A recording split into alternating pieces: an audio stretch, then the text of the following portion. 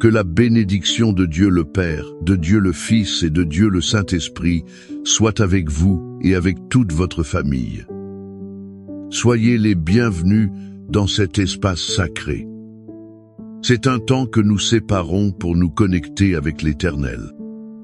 Je vous salue avec un cœur rempli de paix et d'espérance. Je souhaite qu'en ce moment précis, où que vous soyez, le manteau de paix du Seigneur vous couvre. Que la chaleur de l'étreinte du Saint-Esprit enveloppe votre foyer et que le sceau de la protection divine soit marqué sur votre maison. Qu'il soit aussi sur votre esprit et sur le cœur de chaque membre de votre famille. Je veux vous inviter à respirer profondément. Laissez de côté les anxiétés du jour et les préoccupations qui pèsent sur vos épaules. Entrez avec nous dans ce sanctuaire de prière. Ici, nous ne sommes pas seuls. Nous sommes unis en esprit, formant une grande chaîne de foi. Notre but est de supplier Dieu pour ce que nous avons de plus précieux, notre famille. C'est un moment pour renforcer les liens. C'est aussi pour guérir les blessures et bâtir notre maison sur le rocher qui est Jésus-Christ. Préparez votre cœur, car nous croyons que les cieux sont ouverts pour entendre notre cri. Ils sont ouverts pour déverser des bénédictions de protection, d'unité et de restauration sur chaque foyer ici représenté. Au nom du Seigneur Jésus-Christ, par le pouvoir qu'il y a dans son nom. Ce nom est au-dessus de tout nom. Nous nous levons en foi et en autorité spirituelle en ce moment. Nous nous unissons comme un seul corps, une seule armée, pour mener la bataille pour notre maison. Père, au nom de Jésus, nous déclarons que notre famille est tienne. Elle est achetée et lavée par le sang précieux de l'agneau. C'est pourquoi, avec audace, nous nous positionnons contre toute force spirituelle du mal qui tente de s'infiltrer dans nos foyers. Nous réprimandons et brisons maintenant tout esprit de division, de querelle, de discorde et d'incompréhension. Cet esprit tente de semer le chaos entre mari et femme, entre parents et enfants, ainsi qu'entre frères et sœurs. Nous brisons toute parole de malédiction lancée contre notre lignée. Nous brisons aussi tout héritage d'échec, de dépendance, de divorce et de maladie. Nous annulons l'effet de ces paroles et de ces schémas maléfiques par le pouvoir du sang de Jésus. Nous déclarons que les malédictions générationnelles sont brisées aujourd'hui. La bénédiction du Seigneur est établie sur notre maison. Nous brisons toute forteresse d'orgueil, de rébellion et d'égoïsme qui empêche la manifestation de l'amour et du pardon. Nous ordonnons que toute flèche enflammée de l'ennemi tombe à terre maintenant. Qu'elle soit lancée contre l'esprit de nos enfants, la santé de notre conjoint ou la paix de notre foyer. Nous déclarons qu'aucune arme forgée contre notre famille ne prospérera. Nous revêtons chaque membre de nos familles de l'armure de Dieu. Nous plaçons sur eux le casque du salut pour protéger leurs esprits. La cuirasse de la justice est là pour garder leur cœur. Nous ajoutons le ceinturon de la vérité et les sandales de l'évangile de paix. Le bouclier de la foi doit éteindre les traits enflammés de l'ennemi. Et l'épée de l'esprit, qui est ta parole, les accompagne. Nous déclarons un encerclement d'anges autour de nos maisons. Ils gardent les portes et les fenêtres, nous protégeant de tout mal. Ils nous protègent de tout mal, de jour comme de nuit. Le sang de Jésus est notre marque, notre signe de protection. L'ennemi ne peut toucher, ni entrer, ni détruire ce qui appartient à Dieu. Notre famille est en sécurité, gardée et scellée dans le nom puissant de Jésus. Maintenant, l'environnement spirituel est nettoyé et protégé par l'autorité que nous avons en Christ. Je veux vous inviter à calmer votre cœur. Plongez dans l'une des histoires les plus touchantes et révélatrices de toute l'Écriture. C'est une histoire qui parle directement au cœur de chaque père, de chaque mère et de chaque enfant. Elle s'adresse à chaque famille ayant ressenti la douleur de la distance ou le désir ardent de restauration. C'est la parabole racontée par Jésus, connue comme l'histoire du Fils prodigue. Je préfère l'appeler l'histoire du Père miséricordieux. On la trouve dans l'Évangile de Luc, chapitre 15. Imaginez la scène. Il y avait un père avec 2 fils. Le plus jeune, dans un acte de profonde immaturité et d'égoïsme, s'approche de son père. Il lui dit quelque chose qui, dans cette culture, équivalait à souhaiter sa mort. « Père, je veux ma part de l'héritage. » Le cœur de ce père a dû se briser en 1000 morceaux. Cette demande était un rejet. C'était comme dire « Je n'ai plus besoin de toi ».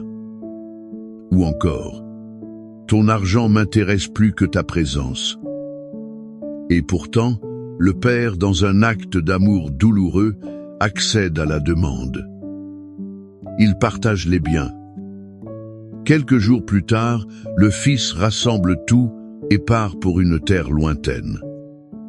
Là, loin des yeux et des conseils de son père, il dilapide tout ce qu'il a reçu. Il dilapide tout cela dans une vie d'excès et de péché. Il a vécu le plaisir momentané, mais la conséquence est vite arrivée. Une grande famine a frappé cette terre. Lui, qui avait tout avant, a commencé à connaître le besoin. Il a atteint le point le plus bas qu'un juif pouvait imaginer, s'occuper de porcs. Ce sont des animaux considérés comme impurs. Il désirait manger la nourriture qui leur était donnée. C'est au fond du puits, dans la boue, l'estomac vide et le cœur brisé, qu'il revint à lui. Il s'est souvenu de la maison de son père. Il s'est rappelé que même les plus simples serviteurs de son père avaient du pain en abondance. Pendant ce temps, lui mourait de faim. Une étincelle d'espoir a jailli au milieu du désespoir.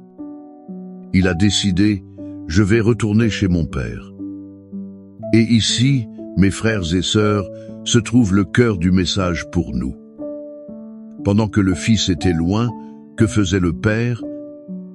La Bible nous donne un indice puissant. Elle dit « Il était encore loin quand son père l'aperçut ». Cela signifie que le père n'était pas enfermé chez lui, aigri par le rejet. Non. Ce père était tous les jours sur la véranda. Il regardait la route, le cœur serré de nostalgie. Il attendait, veillait, aspirant au jour où son fils reviendrait. Il n'a jamais abandonné. Son amour était plus fort que l'offense. Son espérance était plus résistante que le temps. Et quand il voit la silhouette familière, sale et en haillons, au loin, il n'attend pas. Il court. Il court à la rencontre de son fils. Il se jette à son cou et le couvre de baisers. Le fils commence son discours de repentir répété. « Père, j'ai péché contre Dieu et devant toi. Je ne suis plus digne d'être appelé ton fils. » Mais le père l'interrompt. Il n'était pas intéressé par les accusations ou les pénitences. Il était intéressé par la restauration de son fils. Il crie au serviteur « Apportez vite la plus belle robe. Mettez une bague à son doigt et des sandales à ses pieds. Apportez le veau gras et tuez-le. Nous allons faire la fête et célébrer, car ce fils qui était mort est revenu à la vie. Il était perdu et il a été retrouvé. » Quelle profonde leçon tirons-nous d'ici pour notre famille? La première est celle-ci. L'amour de Dieu le Père pour nous est inconditionnel et infatigable. Cet amour s'étend aussi à nos proches. Peut-être êtes-vous un père ou une mère qui pleure pour un enfant qui s'est éloigné. Un enfant qui a pris de mauvaises décisions ou qui vit dans un pays lointain. Peut-être votre cœur est-il blessé. Je veux que vous vous voyiez dans ce père de la parabole. Dieu vous appelle à continuer d'aimer, à continuer d'espérer. Continuez à regarder la route avec espérance. L'amour du Père Céleste n'abandonne jamais ses enfants. Il est toujours les bras ouverts, prêt à courir dans notre direction. La deuxième leçon est qu'il y a toujours un chemin de retour. Pour vous qui vous sentez comme le fils prodigue, qui avait peut-être gâché les bénédictions. Pour vous qui vous sentez sale et indigne, sachez que le repentir sincère ouvre la porte. Il ouvre la porte à la fête de la restauration. Peu importe à quel point vous êtes allé loin, la maison du Père est toujours ouverte. Et la troisième leçon est le pouvoir du pardon pour restaurer la famille. La fête n'a été possible que parce que le Père a choisi de pardonner. Le pardon a brisé le cycle de la douleur et a ouvert la voie à la joie de la réconciliation. N'est-ce pas le pardon qui manque dans votre foyer pour que la fête de l'unité commence? N'est-il pas temps, comme le Père, de courir à la rencontre de celui qui nous a blessés? C'est avec une étreinte plutôt qu'une accusation. De ce cœur de père qui aspire au retour de ses enfants et qui se réjouit de la restauration, nous nous accrochons maintenant à ses promesses de protection et de soin. L'histoire du Père miséricordieux nous montre son caractère. Et les psaumes nous montrent ses promesses. Le psaume 91 est la promesse de protection que ce Père aimant fait à chaque enfant qui s'abrite en lui. C'est la déclaration que, sous ses ailes, nous sommes en sécurité. Et le psaume 23 est la certitude que ce même Père est notre bon berger. Il nous guide, nous pourvoit et nous console en toutes circonstances de la vie. C'est pourquoi je vous invite maintenant à fermer les yeux, si possible. Posez votre main sur votre cœur ou tendez-la vers votre famille. Recevez ces mots non comme une simple lecture, mais comme un décret de foi. C'est une appropriation des promesses du Père sur votre vie et votre foyer. Écoutez avec foi la parole du Seigneur dans le psaume 91. Celui qui habite dans le lieu secret du Très-Haut reposera à l'ombre du Tout-Puissant. Je dirai de l'Éternel, il est mon Dieu, mon refuge, ma forteresse, en lui je me confie. Car c'est lui qui te délivrera du filet de l'oiseleur et de la peste pernicieuse. Il te couvrira de ses plumes. Tu te confieras sous ses ailes. Sa vérité te servira de bouclier et de rondache. Tu n'auras pas peur des terreurs de la nuit, ni de la flèche qui vole de jour, ni de la peste qui marche dans l'obscurité, ni de la destruction qui dévaste en plein midi. 1000 tomberont à ton côté, et 10 000 à ta droite, mais cela ne t'atteindra pas. Seulement de tes yeux tu regarderas, et tu verras la rétribution des méchants. Car toi, ô Éternel, tu es mon refuge. Tu as fait du Très-Haut ta demeure. Aucun malheur ne t'arrivera, et aucun fléau n'approchera de ta tente. Car il ordonnera à ses anges de te garder dans toutes tes voies. Ils te porteront sur leurs mains, de peur que ton pied ne heurte une pierre. Tu marcheras sur le lion et sur l'aspic. Tu fouleras le lionceau et le serpent. Puisqu'il m'a tant aimé, je le délivrerai aussi. Je le mettrai en lieu sûr, car il a connu mon nom. Il m'invoquera, et je lui répondrai. Je serai avec lui dans la détresse. Je l'en retirerai, et je le glorifierai. Je le rassasierai de longs jours, et je lui montrerai mon salut. Père bien-aimé, notre Père miséricordieux, fort de ta parole et inspiré par ton amour infini, nous nous présentons devant toi en prière. Nous te remercions parce que tu es un Dieu qui restaure, qui unit et qui protège. Et en ce moment, nous plaçons chaque famille qui écoute cette prière sur ton autel. Seigneur, nous prions pour ce fils ou cette fille qui, comme le prodigue, s'est éloigné de la maison et de tes chemins. Où qu'il soit, Père, nous te demandons que ton Saint-Esprit les atteigne. Qu'ils reviennent à eux-mêmes, qu'ils ressentent la nostalgie de la maison du Père. Qu'ils trouvent la force de revenir. Prépare le cœur des parents à les recevoir avec fête et pardon, non avec accusation. Nous implorons la restauration des mariages qui sont en crise. Là où l'amour s'est refroidi, où la communication s'est brisée, où l'infidélité a causé des blessures profondes. Nous demandons, déverse ton baume de guérison. Restaure l'alliance, le respect, la complicité et l'amour. Que mari et femme se voient comme tu les vois. Qu'ils luttent ensemble pour la famille que tu leur as donnée. Nous prions pour la réconciliation entre les membres de la famille. Là où il y a des disputes entre frères, des ressentiments entre parents et enfants, ou des querelles pour l'héritage ou des paroles dures, nous demandons que l'esprit de pardon soit libéré. Brise l'orgueil, guéris les souvenirs douloureux et unis les cœurs dans ton amour. Et, comme tu le promets dans le psaume 23, sois notre berger. Pourvois à tous nos besoins. S'il y a un manque de provisions financières, ouvre les portes, multiplie les ressources.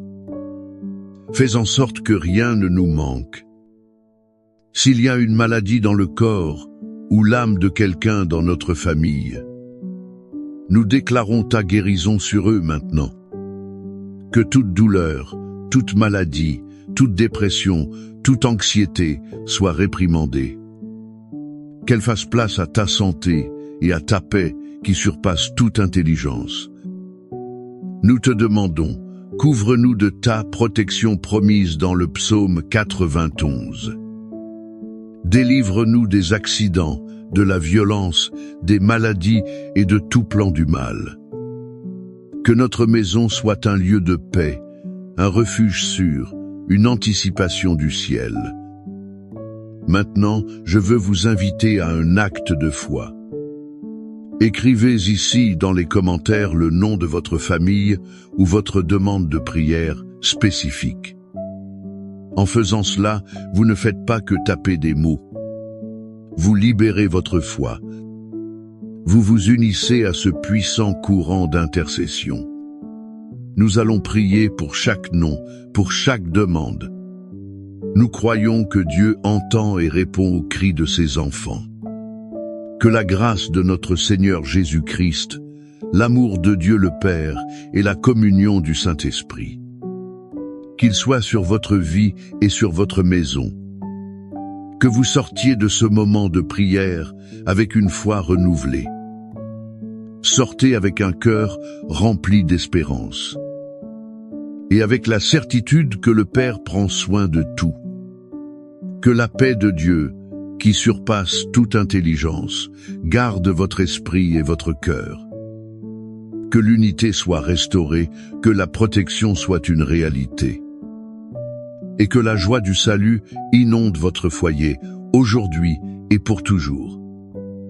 Au nom du Père, du Fils et du Saint-Esprit. Amen.